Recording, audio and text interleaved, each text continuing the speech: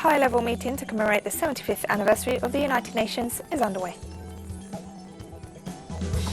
Polls have closed in Italy for regional elections and a constitutional referendum.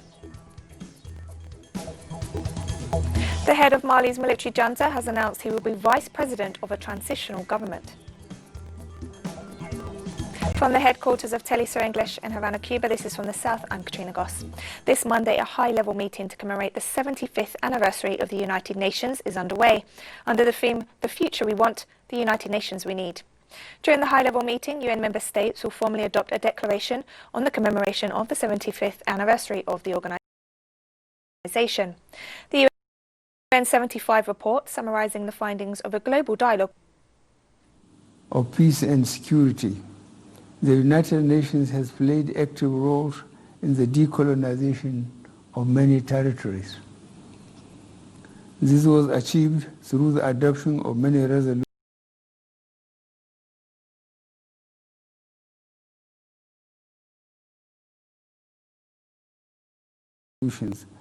that supported the independence and subsequent admission of over 80 territories into the organization. However, the quest to realize total decolonization remains incomplete as long as non-self-governing territories continue to exist. In this regard, I call on member states to abide by United Nations Resolution 1514 on the granting of independence to colonial countries and peoples.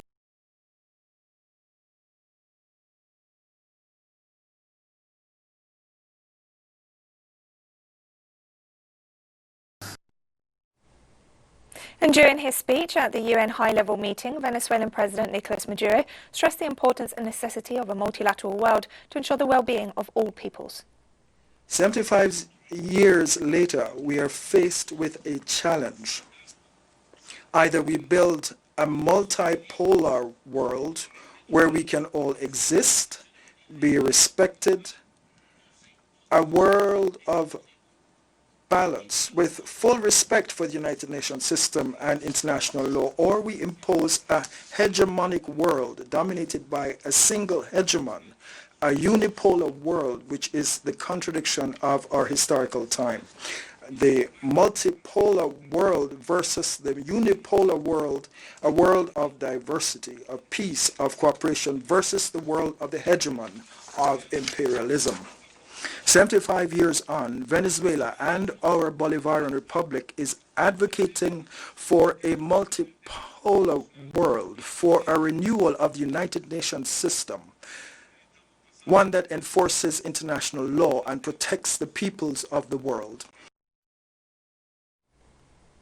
And President Maduro also made reference to the negative effects of the COVID-19 pandemic and the importance of working alongside the World Health Organization.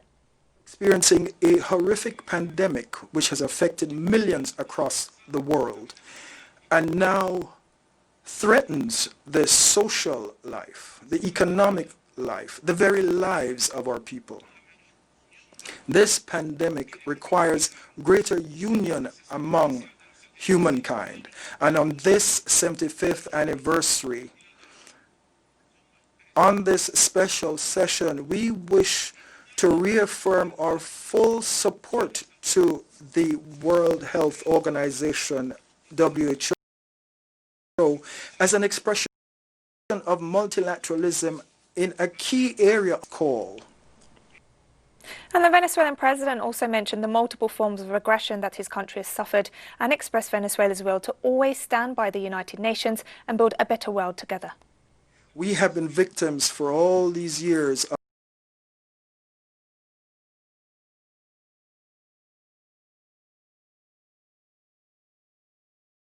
multiple forms of aggression, criminal and illegal sanctions, coercive measures, but our country is still standing. If the world overcame fascism 75 years ago, the world can now overcome those who wish to impose their hegemony. We can overcome imperialistic ideals and conquer neo-fascism. we are sure that we can take a new pathway. We're full of hope and dreams. You can count on Venezuela, 75 years of the United Nations system, and a Venezuela that is still standing.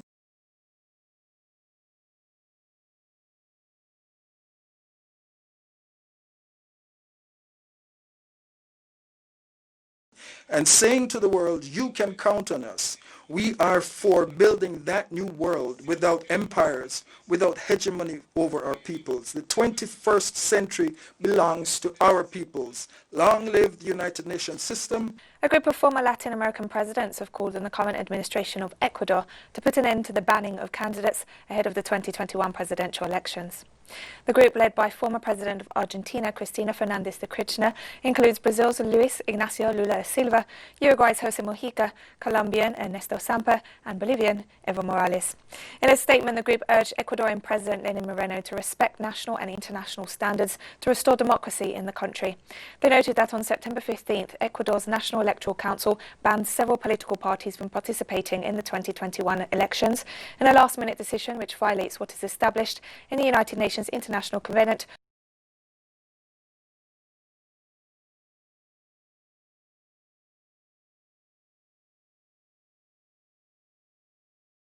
on Civil and Political Rights, the Organization of American States Human Rights Convention, and the Constitution of the Republic of Ecuador itself. The move is widely seen as yet another attempt to prevent former President of Ecuador, Rafael Correa, and the movement supporting him from returning to power in a country that has seen widespread political persecution since Lenin Moreno took office. On Monday, Colombia's army confirmed the murder of 4 men who were shot to death in a rural area of the western department of Nariño, while the killers posted the execution on social networks. The violent act is the 12th massacre registered in Colombia during the past month, according to the Institute for Development and Peace Studies. On Sunday, at least 6 people were murdered in a massacre in Buenos Aires, a rural municipality in the troubled north of Cauca province. Over 240 people have been killed in 61 massacres in Colombia so far this year. Since the signing of the peace agreement in 2016 up to July 2020, over 970 social leaders, human rights defenders and former guerrilla fighters have been assassinated.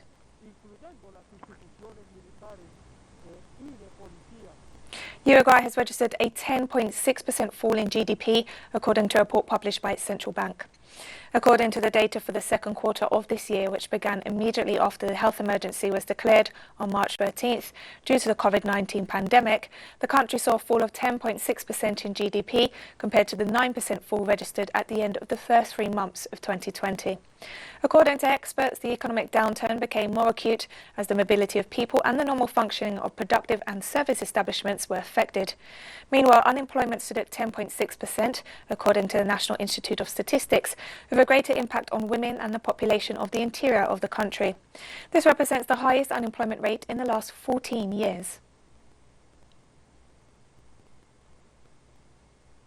Barbados has announced that it will remove Queen Elizabeth II as the country's head of state and transition to a republic by November 2020.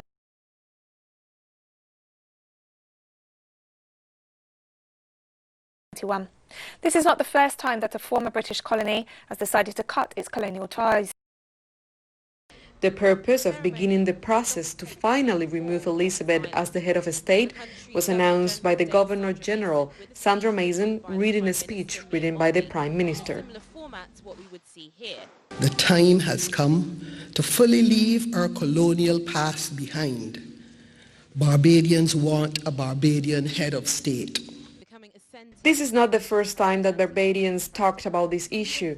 The Caribbean country, one of the more populous and prosperous of the region, has discussed renouncing its constitutional monarchy since the 70s, and now, if they finally do it, it will coincide with the 55th anniversary of its independence. Mia Mottley, the first woman to be elected as Prime Minister in this country, believes that this decision will boost the national self-esteem.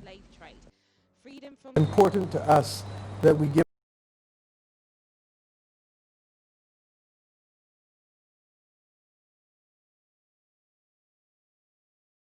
confidence to our young people, to that little boy, that little girl, to believe that they can become and aspire to become the head of state of their own country. The will to see this through is happening in a context in which Britain's colonial past has come under scrutiny due to the racial justice movement called Black Lives Matter that has sparked demonstrations and controversy outside the United States. Also, Elizabeth's grandson, Harry, the Duke of Sussex, and his wife, Meghan Markle, urged the UK to reckon with the wrongs of its colonial involvement. The last country to fire the British Queen as head of state was Mauritius in 1992. Before that, Dominica in 1978, Trinidad and Tobago in 1976, and Guyana in 1970. All stayed in the Commonwealth, a loose association of former British colonies and dependencies. The Queen is still head of state in 14 other countries, including Canada and Australia. Barbados' announcement could pave the way for other Commonwealth real nations to renounce the monarchy. We have been independent for almost 54 years this November, and the truth is that the time has come for us to continue to make decisions fully on our own. It's not a divisive decision. It's not a decision that is reflective of any break with the monarchy or any disrespect. In fact, it's quite the opposite. We have an excellent relationship with the United Kingdom, with the royal family, and we believe that the time has just come for us to boost the confidence of our people. In response to Barbados' decision to remove the Queen, Buckingham Palace said in a statement, "This is a matter for the government and people of Barbados. This announcement could be followed by other nations that are already questioning why should they preserve a 94-year-old Queen as a symbolic leader. Meanwhile, Barbadians seem to be determined to elect a head of state of their own instead of having another one that lives 4,000 miles away." Cristina Escobar, TeleSUR, La Habana. Polling stations closed in Italy on Monday in elections held in 7 regions, including a constitutional referendum on whether to reduce the number of members of parliament. Polls closed at 3 p.m. local time, while turnout forecasts indicated that 60 to 75% of eligible voters cast their ballots in some regions. Meanwhile, the constitutional amendment seeks to reduce the number of members in parliament from 945 to 600, and if confirmed, it would enter into force for the next Italian general elections set for 2023. Likewise, Italians voted locally to elect 1,000 mayors and 7 regional governors. The vote was originally scheduled for May, but was delayed due to the COVID-19 pandemic, which has claimed the lives of over 35,000 people in the country. Lebanon's President Michel Aoun has warned that the country is headed for hell if competing political forces do not step up and back a speedy cabinet formation to save the crisis-hit country. Prime Minister-designate Mustafa Adib is under pressure to form a new cabinet as soon as possible in order to launch reforms required to unlock billions of dollars in foreign aid. With the entrenchment of positions, no solution seems imminent, because all the proposed solutions benefit either side. To hell, of course, otherwise I would have no reason to speak here. This Monday, the leader of Mali's military junta, Colonel Assimi Goïta, announced that he would serve as vice president and that former Malian Defense Minister Barnagour would be appointed president to form a transitional government. The move is likely to spark controversy as the Economic Community of West African States has called for the appointment of civilian representatives to the transitional government following the August 18th coup against President Ibrahim Boubacar Keïta. At the end of this meeting on Monday, September 21st, 2020, the college appointed the following individuals as president and vice president of the transition to ensure the implementation of the transition roadmap. President of the transition in Mali, Mr. Ba Nda, Vice President of the Transition, Colonel Assimi Goïta. The swearing-in ceremony will take place on Friday, September 25th, 2020. According to Chinese Foreign Ministry spokesman Wang Wenbin, China is committed to helping Afghanistan recover from the COVID-19 pandemic and promote its economic development. The official made the statements at a press conference in Beijing following a ceremony for the handover of Chinese aid to Afghanistan. Since the outbreak of the epidemic, China has felt the difficult situation faced by the Afghan people as if it was happening to itself. The Chinese government has provided all kinds of aid to the best of abilities, including anti-epidemic supplies, many times to the Afghan government. In this handover, these supplies that China provided to Afghanistan included tents, blankets, and daily necessities. The Afghan government expressed its gratitude to the Chinese people and government for continued donations, and promised to distribute these supplies to the people who need them in all provinces as soon as possible, hoping these supplies will largely promote Afghanistan's disaster emergency response capacity and enable the people to have housing and safety.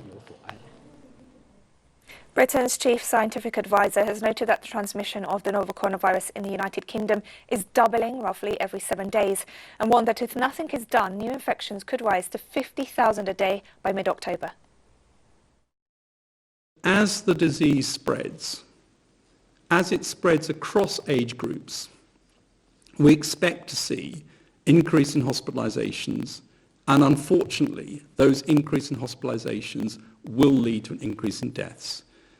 The virus has genetically moved a bit, but it has not changed in terms of its propensity and its ability to cause disease and to cause death, even though, of course, most of the disease deaths occur in the older population. We think that the epidemic is doubling roughly every 7 days. It could be a little bit longer, maybe a little bit shorter, but let's say roughly every 7 days. If, and that's quite a big if, but if that continues unabated, and this grows doubling every 7 days, then what you see, of course, let's say that there were 5,000 today, it would be 10,000 next week, 20,000 the week after, 40,000 the week after. And you Total 20 new testing centres were scheduled to open in the French capital and its suburbs this week. Anybody in France is allowed to get the test for free, whether they have symptoms or not. Infections in France reached a new record high this weekend, with over 13,000 new cases reported in 24 hours.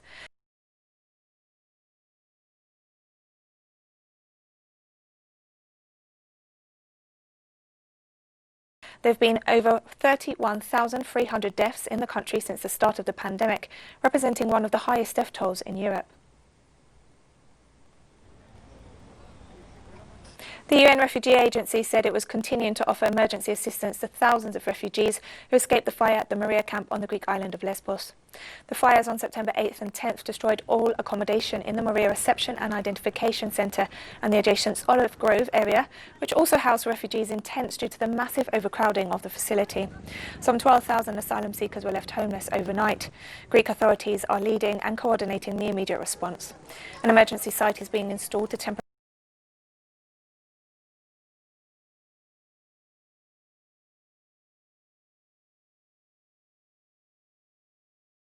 house those affected.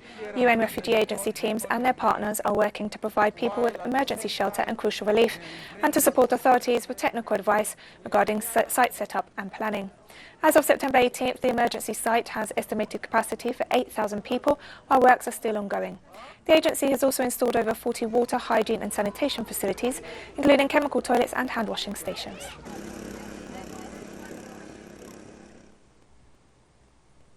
And we continue our coverage of the high-level meeting to mark the 75th anniversary of the United Nations. We're about to go now live to listen to the Prime Minister of St. Lucia, Alan Chastanet. Oh no, we're going to continue with our programming, and we will return to the United Nations a bit later. We've come to the end of this news brief, but remember you can find these and many other stories on our website at telesurenglish.net. You can also join us on social media, Facebook, Twitter and Instagram. For TeleSUR English, I'm Katrina Goss. Thank you for watching.